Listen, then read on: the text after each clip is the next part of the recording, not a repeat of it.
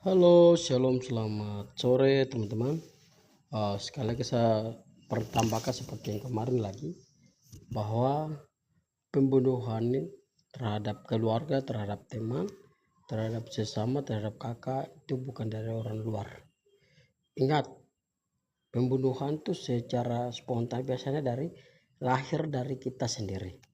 Biasanya dari kita punya keponakan, bisa dari kita punya kakak, om, bahkan tetangga-tetangga lain yang mereka iri.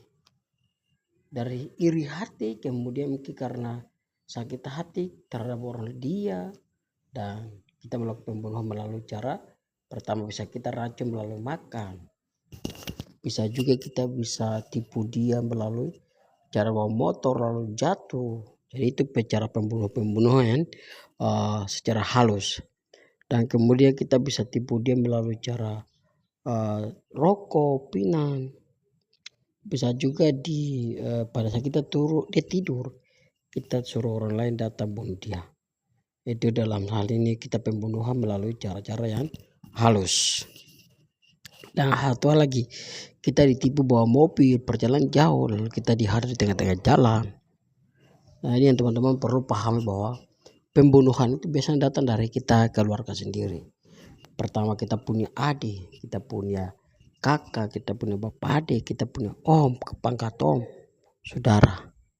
Jadi tolong supaya kita jangan terlalu berpikir bahwa pembunuhan itu dari jauh, tidak.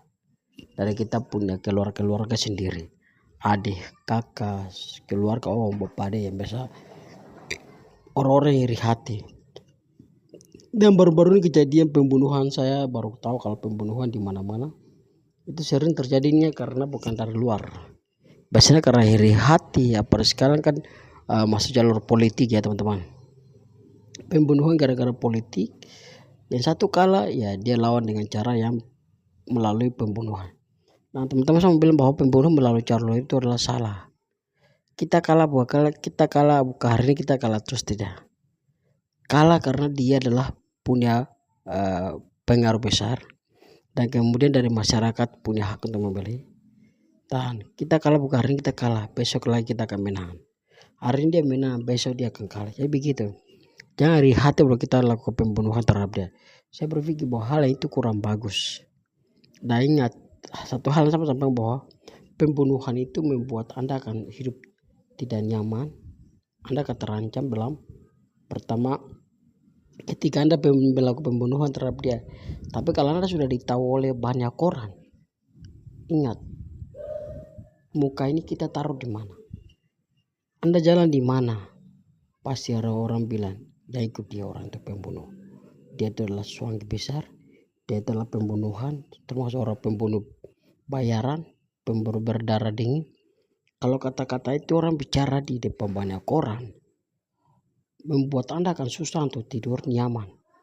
Dan Anda jalan merasa bahwa ada banyak yang membuat Anda itu susah.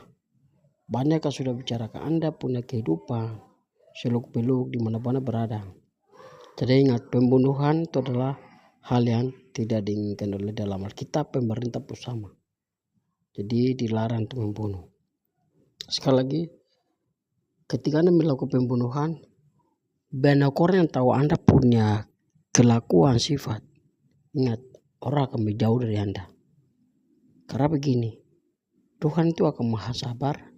Ketika Anda melakukan pembunuhan terhadap orang yang tidak punya masalah, walaupun dia masalah terhadap Anda, tapi Anda harus berdoa dan maafkan dia. Begitu, caranya begitu.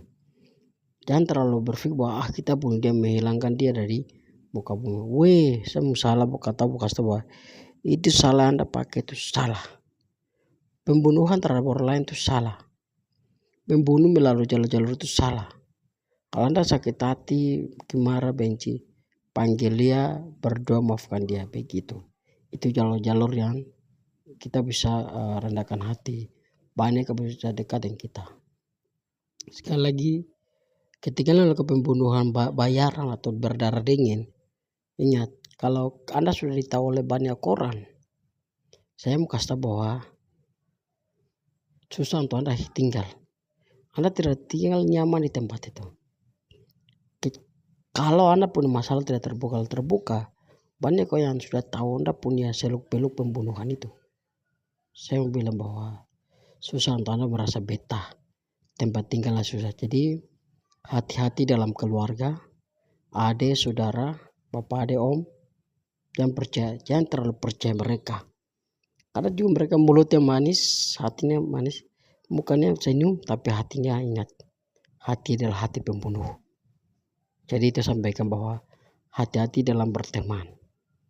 Memang banyak rencana untuk membunuh kita, tapi nggak berdoa dan maafkan mereka. Dan begini, bagi yang membunuh, tapi saya bilang Anda itu kalau ketahuan, susah untuk taruh muka di mana. Dan benar-benar Anda selalu pembunuhan. Anda akan disiksa oleh banyak orang. Jadi mungkin dari saya sampaikan bahwa tolonglah hal-hal seperti itu hilangkan.